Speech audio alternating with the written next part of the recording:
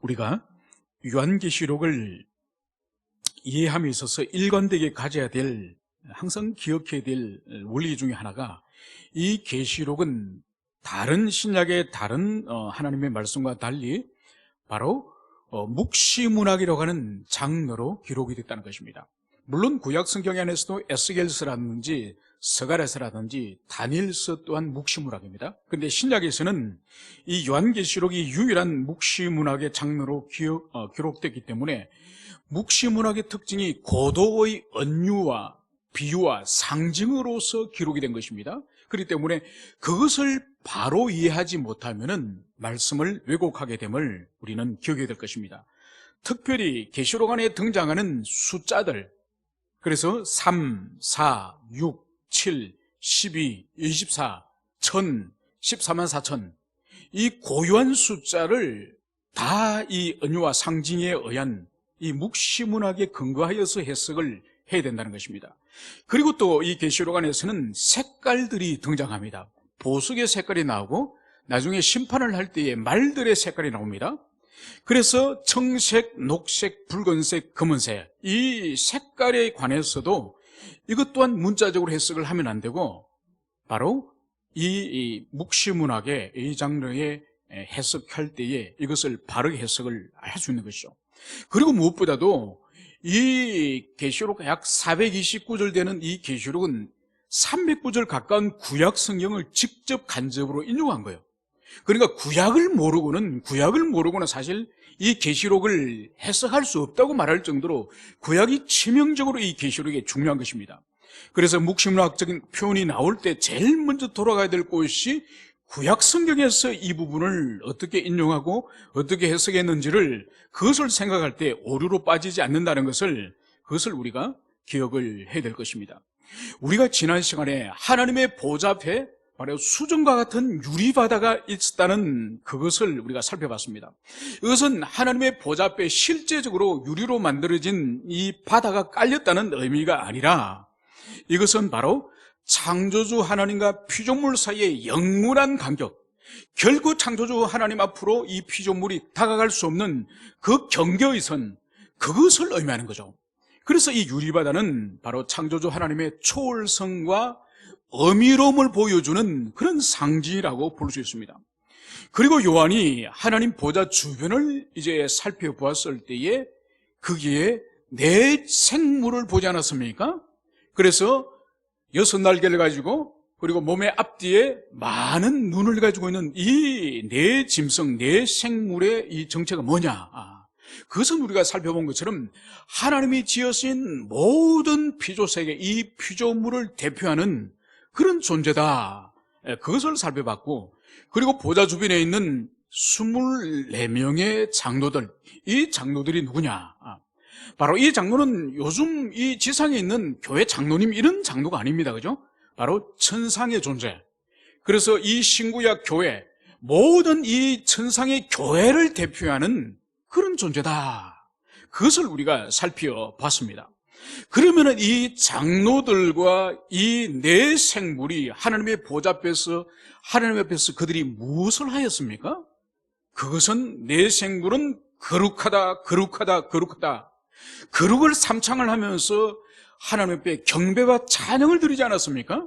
그리고 24 장로들은 무엇을 하였습니까? 그들은 주님이 주시는 이 금관을 벗어서 오히려 하나님 보좌 앞에 그 금관을 내려놓으면서 바로 성부 하나님께 경배와 찬양을 돌리지 않았습니까? 왜 하나님께서 요한에게 보좌에 앉으신 그분을 향해서 바로 천사나 이 장로들이 경배하는 이 모습을 보여주셨을까요?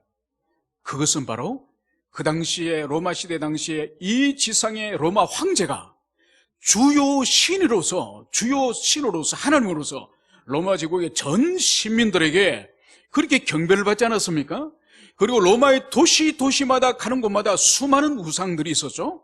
그래서 그들이 경배를 받지 않았습니까? 그런데 오늘 주님께서는 그들이 진정으로 경배받을 존재가 아니라 천상의 보좌에 앉아 계시는 만물을 지으신 창조주이신 그분만이 유일한 경배 대상이다.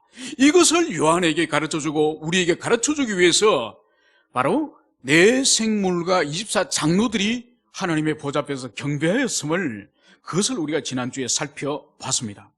이제 오늘 우리가 5장으로 이제 들어와서 이제 이 4장과 5장은 천상의 예배의 장면인데, 4장에서 이제 집중하여서 주목한 것은 보좌에 앉아 계신 성부 하나님에 관해서 4장을 집중했다고 한다면은 이 5장은 그 눈길이, 이 요한의 눈길이 보좌에서 옮겨서 이제는 보좌 곁에 계시는 또 다른 경배받으실 분이신 어린 양이신 예수 그리스도, 우리 주님을 향해서 이 5장이 계시되었음을, 그것을 먼저 염두에 두고 이제 5장을 살펴보고자 합니다.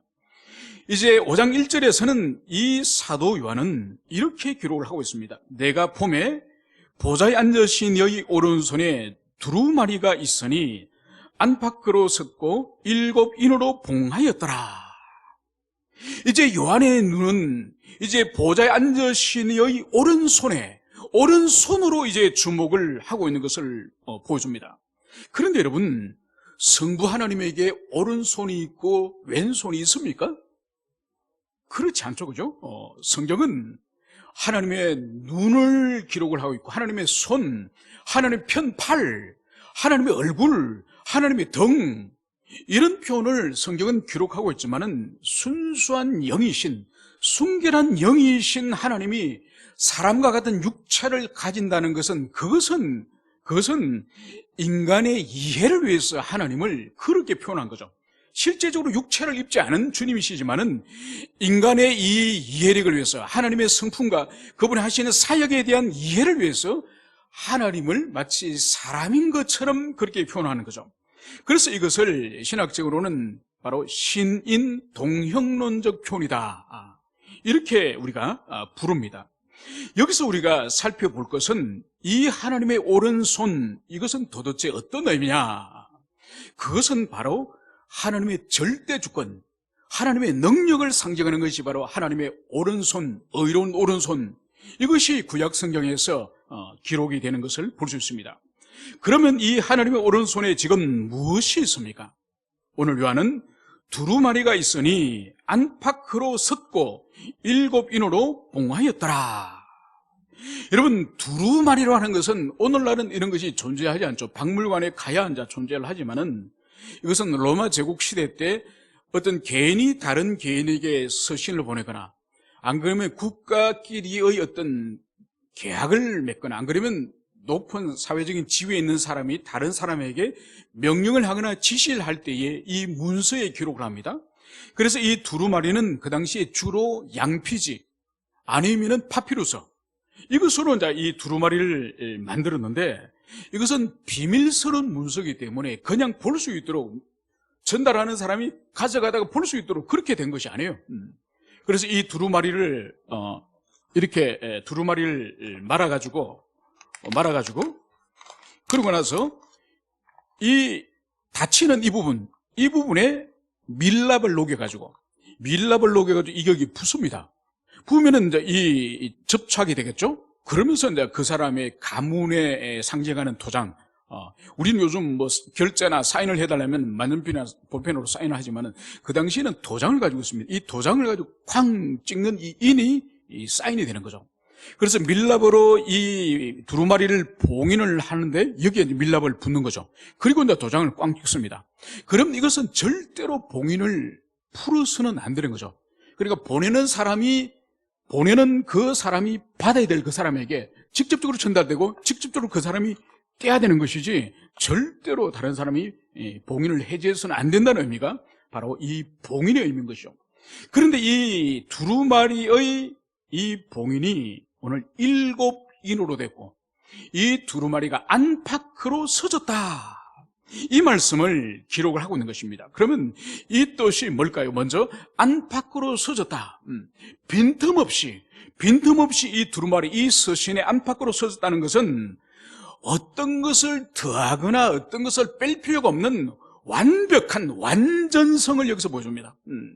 그러니까 이 계시의 말씀, 이 두루마리에 기록된 하나님의 이 말씀은 더하거나 뺄 수 없는 완전한 계시다, 이런 의미고, 그리고 두루마리를 봉인을 하나의 인으로 봉인하는 것이 아니라 무려 7개 인으로 봉인했다는 의미는, 이것은 바로 일곱의 완전수를 의미하기 때문에, 그래서 이 일곱 완전한 이 봉인, 이 의미가 보여주는 것은 바로 계시의 완전성과 함께 누구도 이것을 개봉할 수 없는, 누구도 훔쳐볼 수 없는 계시의 비밀성을 이 일곱인이 의미한다고 볼 수 있는 것이죠. 여러분, 그렇기 때문에 이 성부 하나님 손에 있는 완전히 봉인된 이 계시는 하나님이신 그분이 열어주지 않으면 절대로 인간이 열어서 볼 수 없는 그런 계시임을, 그것을 보여주는 거죠. 여러분, 그렇기 때문에 이 계시록을 비롯하여서 하나님의 말씀인 성경을 바로 영감하여서 기록하게 하신 이 성경을 그 성령께서 다시 우리에게 감화로서, 조명으로서 비춰주지 않고 이성의 빛으로서 이 성경을, 이 계시록을 열려고 할 때는 그것은 큰 재앙이죠. 그래서 베드로 사도도 억지로 말씀을 풀려고 하다가 너희 영혼이 망할까 하노라, 그렇게 하는 것처럼 이 성경은 성령께서 영감하여서 기록된 그런 하나님의 말씀인데 이성의 빛으로서 풀어서는 안 되는 거죠. 그래서 영감하게 하신 성령께서 우리에게 조명해 주실 때 이 말씀을 오류에 빠지지 않고 바르게 해석할 수 있음을, 그것을 여기서 볼 수 있습니다. 그러면 이 두루마리 안에 이 빼곡하게 빈틈없이 기록된 이 말씀이 도대체 무엇일까요? 여러분, 이것이 무엇인지를 알아보기 위해서는 이 두루마리에 기록된 이 말씀에 관한 구약의 용례를 찾아봐야 됩니다. 구약의 용례를 찾아보면은 에스겔서 2장 9절과 10절에서 이 부분과 매우 유사한, 이 말씀과 매우 유사한 부분을 찾아볼 수 있습니다. 제가 에스겔서 2장 9절 10절을 읽어드리겠습니다. 내가 보니 보라, 한 손이 나를 향하여 펴지고 그 안에 두루마리 책이 있더라. 그가 그것을 내 안에 펴시니 그 안팎에 글이 있는데 그 위에 애가와 애곡과 재앙의 말이 기록되었더라. 바로 에스겔서 2장 9절과 10절에도 이 두루마리 책에 관한 부분이 나옵니다. 이 책이 펼쳐질 때에 그 안팎에 글이 빼곡하게 써져 있는데 그 글의 내용, 기록된 내용이 바로 애가와 애곡과 재앙에 관한 말씀이다. 이 말씀을 기록을 하고 있는 거죠. 여러분, 애가와 애곡 그리고 이 재앙, 이것을 한 단어로 묶으면 어떤 단어로 여러분 표현할 수 있습니까? 바로 심판이죠, 심판.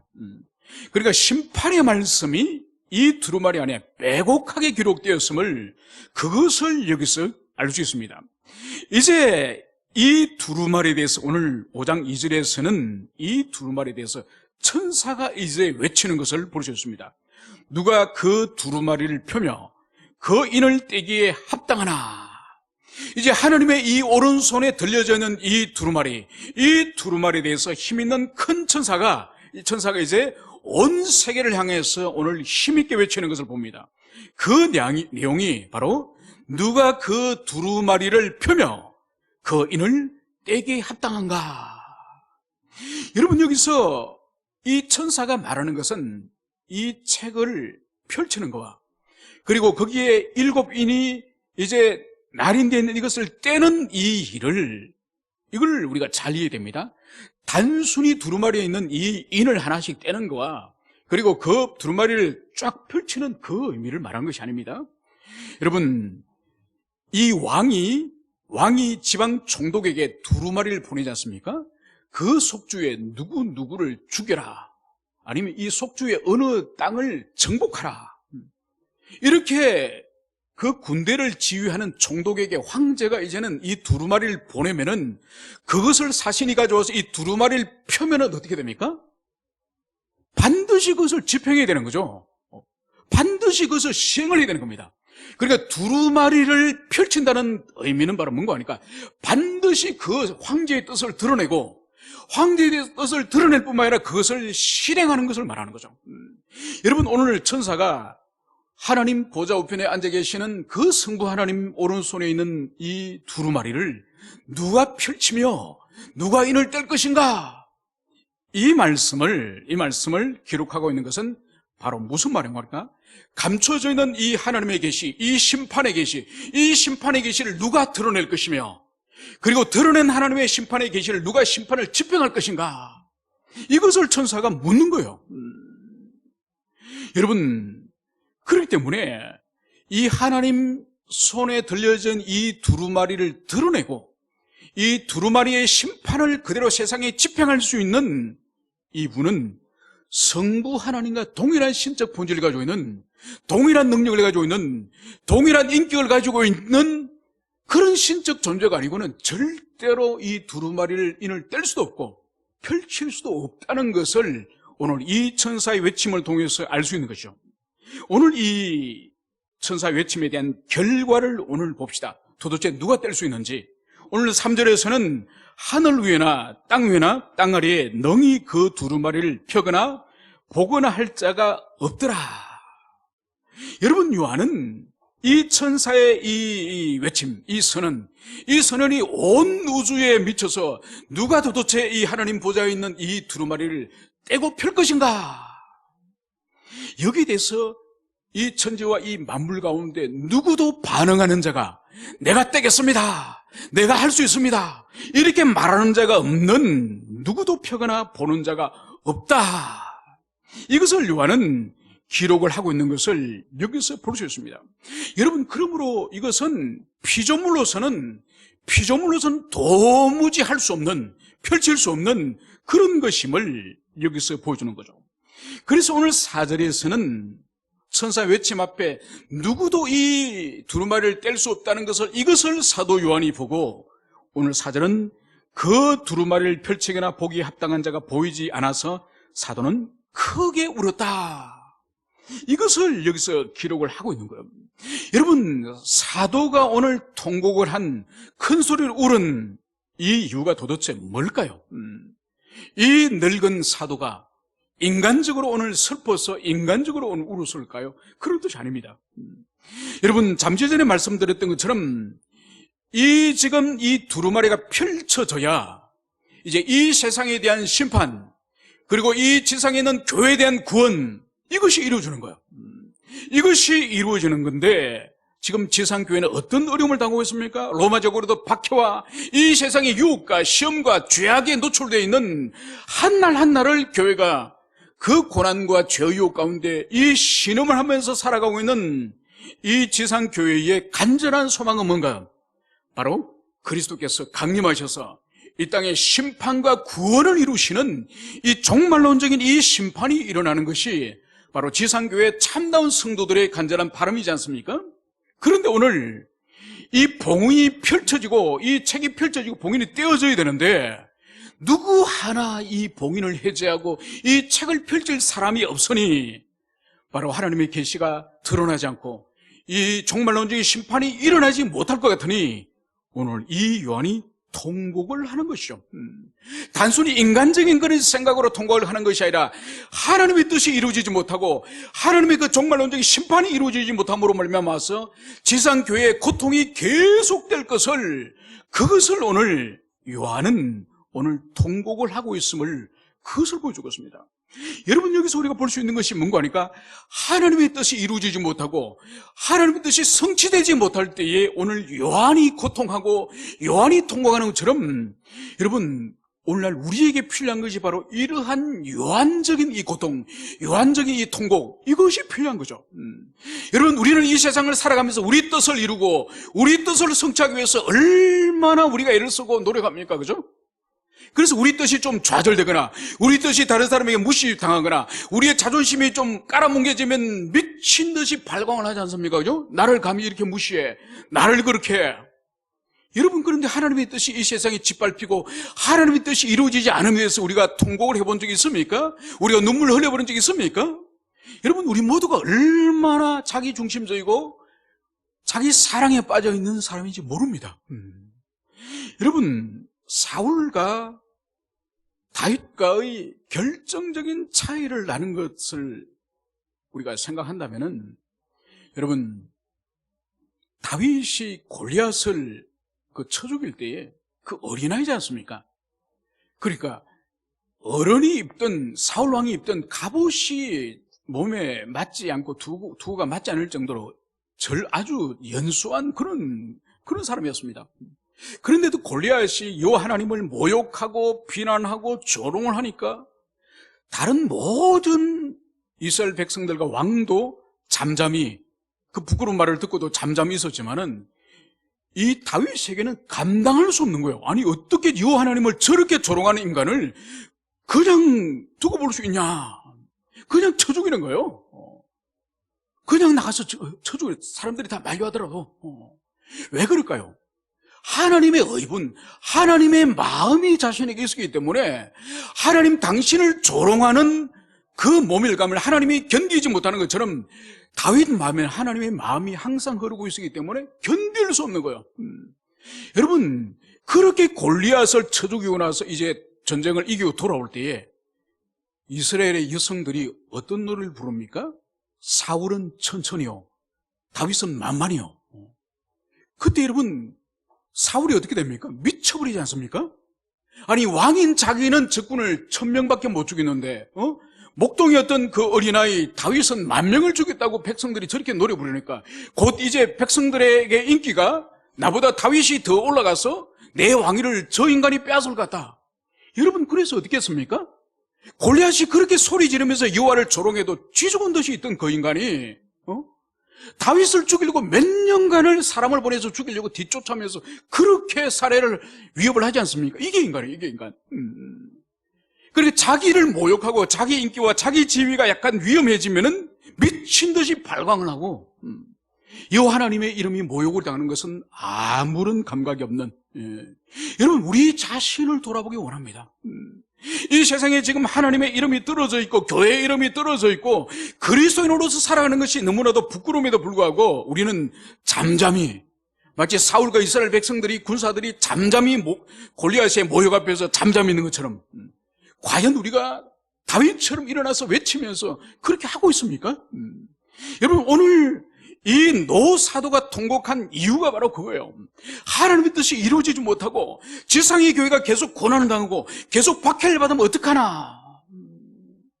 우리 모두에게 이 요한과 같은 이 통곡과 이런 울음이 회복되기를 소망합니다. 이제 이 통곡하고 있는 이 요한을 향해서 장로 중 한 사람이 오늘 5절에 의하면 울지 마라, 유다 지파의 사자 다윗의 뿌리가 이겼으니 이 두루마리와 그 인을 떼시리라. 오늘 장로 중에 한 사람이 오늘 요한을 찾아와서 울지 말라. 여러분, 신약 성경에 울지 말라 이렇게 말씀한 분이 누가 있죠? 누군가요? 우리 예수님이죠, 그죠? 우리 예수님이 바로 수가성 여인이 과부의 어린 아들이 죽고 나서 상여를 메고 나갈 때에, 사람들이 통곡하고 있을 때에 우리 주님이 그 상여를 멈추면서 그 여인에게 울지 말라 그렇게 위로하지 않습니까? 그런 맥락이요. 그러니까 이 요한에게서는 소망이 없음을, 이제 이 두루마리가 열리지 않고 거기 있는 심판의 사역이 이루어지지 않음에 말미암아서 오늘 울고 있었지만은 울지 말라는 거예요. 그리고 울지 말아야 될 이유를 오늘 이 장로는 오늘 언급을 하고 있으니 그것이 바로 유다 지파의 사자 다윗의 뿌리가 이겼으니 그래서 두루마리와 그 인을 떼시리라, 이 말씀을 여기서 하는 거예요. 그러면 여기서 유다 지파의 사자 다윗의 뿌리가 이겼다는 이 의미가 뭔지를 우리가 먼저 그것을 살펴보기를 원합니다. 여러분, 여기서 유다 지파의 사자 다윗의 이 뿌리, 그리고 그것이 이겼다, 이 뜻이 뭘까요? 여러분, 여기서 유다 지파의 사자라고 말할 때 이 사자는 라이온이에요. 짐승 사자를 말한 겁니다. 먼저 유다 지파의 사자를 이해하기 위해서는 구약 성경 창세기 이제 49장에 가면은 야곱이 이제 죽어갈 때에 12아들을 다 불러다가 유언을 하지 않습니까? 한 명 한 명을 이제 기도해주고 그 자손과 미래에 대해서 이제 예언을 하지 않습니까? 그때 이제 야곱이 유다에게 이제 기도하며 예언하는 내용이 바로 뭔가 하니까 유다는 새끼 사자로다. 그러니까 이 짐승들 가운데 왕인 이 사자. 그래서 이 유다는 원래 네 번째 아들이지 않습니까? 네 번째 아들이면서 불구하고 이 유다를 향해서 사자라고, 사자지파가 될 것이라고 그것을 말하는 거죠.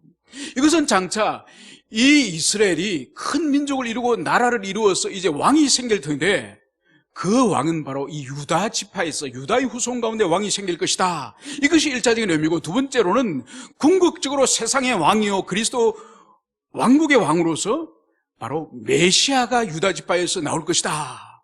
그것을 말해주는 것이죠. 그리고 여기서 또 하나, 바로 다윗의 뿌리. 다윗의 뿌리는 어떤 의미일까? 이것은 계시록 22장 16절에 보면 예수님께서 자신을 향해서 이렇게 말씀하십니다. 나는 다윗의 뿌리요 자손이니. 예수님이 당신을 향해서 나는 다윗의 뿌리요 자손이다, 이 말씀을 하는 거예요. 여러분, 이것은 아주 신비해요. 이것은 성육신이신 하나님이신 그분이 성육신함으로 말미암아 일어날 수 있는 비밀이자 하나님의 오묘한 하나님의 사역인 거죠. 여러분, 어떤 한 사람이 다른 사람의 조상도 될 수 있고 후손도 될 수 있습니까? 불가능하죠. 이 자연세계 질서 안에서는 누구의 자손이 되거나 누구의 후손이 될 뿐이지 조상도 될 수 있고 후손이 될 수 있는 이것은 불가능한 거예요. 오직 그리스도 예수 이분만이 가능한 것이죠. 그래서 이분이 아브라함을 향해서도 뭐라 그랬습니까? 아브라함이 태어나기도 전에 내가 있었다, 이 말씀을 하시죠. 그래서 오늘 여기서 다윗의 뿌리라고 하는 것은 다윗의 조상이 된다는 의미죠. 그러니까 다윗의 조상인 아브라함에게 있어서도 선지하는 하나님으로 존재했던 것처럼 바로 다윗의 뿌리이자 그리고 다윗의 혈통으로부터 또 후손으로 태어났으니 오늘 우리 예수님은 자신은 다윗의 뿌리요 다윗의 자손이다, 이 말씀을 하신 거죠. 그래서 여기서 유다의 사자이자 다윗의 이 뿌리의 의미는 그리스도 예수를 말하는 거죠. 예수님을 말하는 것임을, 그것을 우리가 여기서 발견할 수 있습니다. 그러면서 오늘 이 다윗의 뿌리자 유다 지파의 사자가 오늘 이겼다는 오늘 이 말씀을 합니다. 이겼기 때문에 오늘 인을 뗄 수 있고 책을 펼칠 수 있다, 이 말씀을 하는 거죠. 그러면 여기서 오늘 우리가 살펴볼 것은 이 유다 지파 이 사자가 어떻게 이겼는지 그것을 오늘 살펴보기를 원합니다. 오늘 6절에 의할 경우에는 이제 사도가 또다시 보니 보좌와 네 생물과 장로들 사이에 한 어린 양이 서 있는데 일찍이 죽임을 당한 것 같더라, 이렇게 기록을 하고 있습니다. 여러분, 5절에서는 예수님을 유다의 사자, 백수, 모든 짐승 가운데 왕인 사자라고 그렇게 비유를 했는데 오늘 6절에 와서 오늘 사도가 보니 사자가 아니라 바로 어린 양임을 오늘 그것을 오늘 기록하고 있습니다.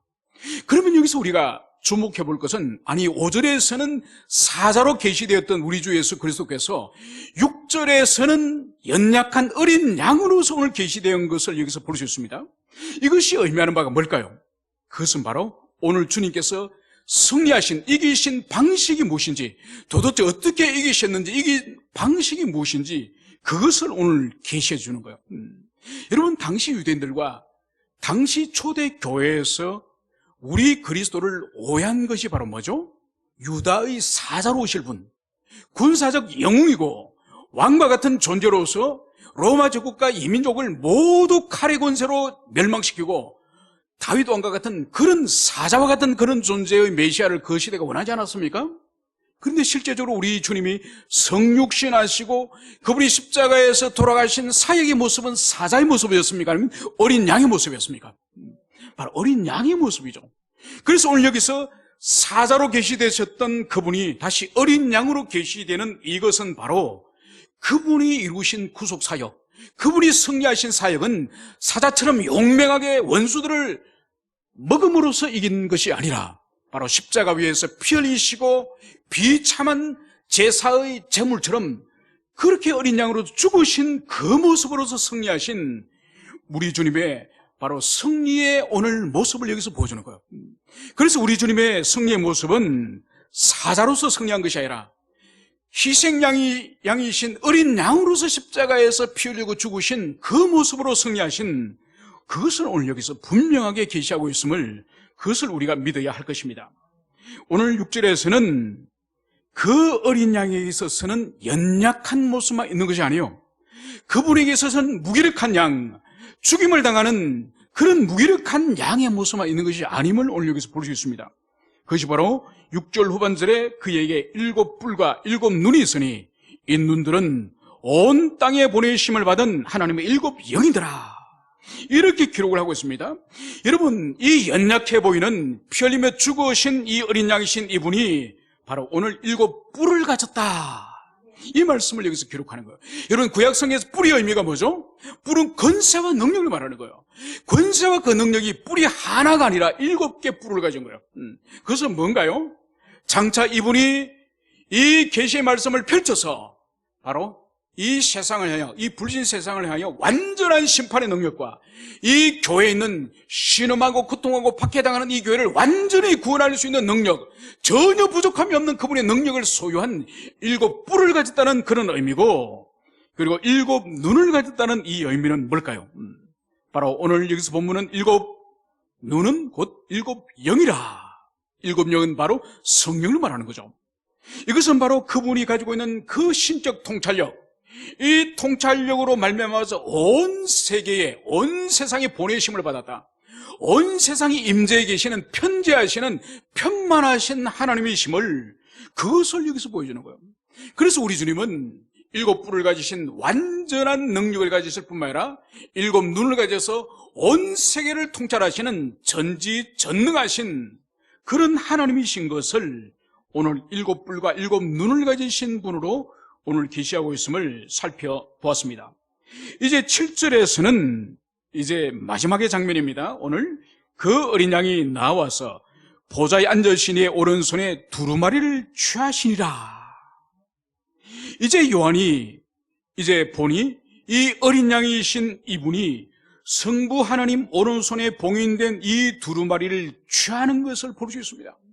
여러분, 지금까지 우리가 살펴본 것처럼 하나님의 보좌는 우리 피조물이 다가갈 수 없습니다. 왜냐하면 하나님의 보좌와 피조물 사이에는 이 거대한, 이 광활한 수정과 같은 유리바다가 있기 때문에 도무지 보좌 앞으로는 누구든지 다가갈 수 없는 그 경계의, 창조주와 피조물 사이에 경계가 이 유리바다가 있는 것입니다. 그런데 오늘 어린 양이신 우리 주님이 오늘 어떻게 행동을 하십니까? 바로 유리바다를 건너고 보좌 앞으로 다가가서 성부 하나님의 손에 들려진 이 두루마리를 취하여서 오늘 주님께서 잡으셨음을, 그것을 여기서 보여주고 있습니다. 여러분, 여기서 오늘 두루마리를 취한다. 십자가에 가면은 천사가 이 두루마리를 요한 사도에게 주는 장면이 나옵니다. 그때는 천사가 능동적으로 주고 사도 요한은 수동적으로 그걸 받는 거예요. 수동적으로 받지만은 오늘 여기서 성부 하나님의 오른손에 있는 이 두루마리를 이 어린 양이 취한다는 것은 능동적으로, 성부 하나님의 손에 있는 것을 능동적으로 가서 본인이 가서 그것을 취한다는 뜻이에요. 그러니까 능동적으로 성부 하나님의 손에 있는 것을 능동적으로 취할 존재가 피조물 가운데 있겠습니까?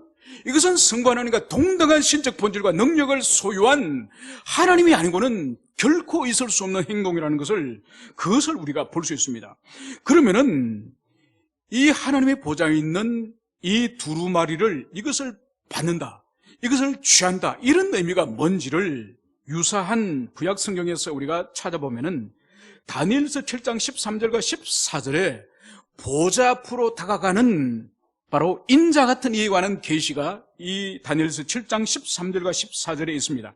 제가 그것을 읽어드리겠습니다. 그러면은 보좌 앞에 다가가서 이 두루마리를 취한다는 뜻을 더 명백하게 우리가 이해할 수 있을 것입니다. 오늘 13절과 14절은 이렇게 말씀을 하고 있습니다. 내가 또 밤 환상 중에 보니 인자 같은 이가 하늘 구름을 타고 와서 옛적부터 항상 계신 이에게 나아가 그 앞에 인도되매 그에게 권세와 영광과 나라를 주고 모든 백성과 나라들과 다른 언어를 말하는 모든 자들이 그를 섬기게 하였으니 그의 권세는 소멸되지 아니하는 영원한 권세요 그의 나라는 멸망하지 아니할 것이라. 여러분, 오늘 보좌 앞에 있는 이 두루마리를 이 취하는 행동과 매우 유사한 이 다니엘서 7장에 있는 성부 하나님 앞에 인자 같은 이가 오늘 가셔서 거기서 바로 성부 하나님께서 이 인자 같은 이 성자 하나님에게 이 세상을 다스리는 모든 권세와 영광을 부여하는, 수여하는 장면이 오늘 이 계시록 5장에 있는 이 장면과 오늘 너무나도 유사한 장면이에요. 그래서 이 다니엘서 7장에도 오늘 성부 하나님께서 성자 하나님에게 이 지상의 모든 권세와 영광을 부여하는 것처럼 오늘 이 두루마리를 아버지 손에 있는 이것을 성자께서 오늘 취하는 이 뜻이 바로 뭘까요? 그것 또한 우리 주님께서 세례를 받지 않으셨습니까? 세례를 요한에게 요단강에서 세례를 받고 나서 이제 강에서 올라올 때에 하늘로부터 성령이 임하였죠. 성령이 충만하게 우리 주님에게 임하였습니다. 성령이 충만하게 임한 이 사건을 우리는 어떻게 이해합니까? 그것은 바로 이 땅에 드디어 우리 예수님께서 대속주로서 이제 죽으실 메시아로서 그리스도로서 이제 취임하는 공식적인 그리스도의 취임식이 하늘로부터 성령이 강림하시는 요단강에서 성령을 받으신 이 사건이 바로 메시아로서 취임하신 사건이라고 한다면은 오늘 아버지의 손에 있는 이 두루마리를 취하여서 그것을 가지는 이 사건이 오늘 이 사건이 바로 뭔가 하니까 바로 우리 주님이 이 땅의 심판주로 종말의 심판주로서 이제 등극하는 그런 어린 양의 대관식인 것을 여러분들이 기억해야 됩니다.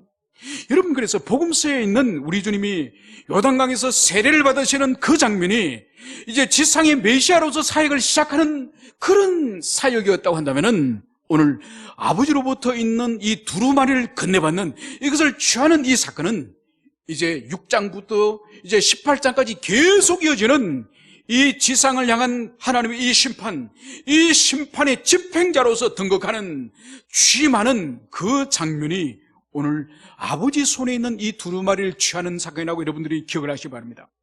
그래서 이제는 이 두루마리를 취하는 이 순간 이제 성부께서 이 성자 하나님에게, 이 성자 그리스도에게 이제 남아있는 역사를 주도하게 하고 이제 남겨진 이제는 세상을 최종적으로 심판하고 이제 신음하며 고통하는 이 세상에 있는 교회를 구원하는 역사의 마지막 종말을 완성을 이제 이 그리스도 예수에게 맡기시는 사건이 바로 이 두루마리를 취한 사건이라고 여러분들이 기억하시길 바랍니다.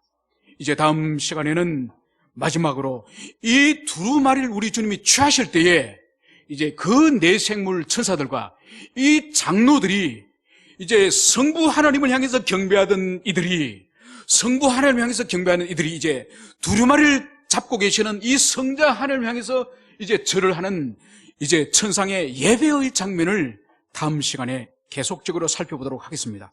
함께 기도하시겠습니다.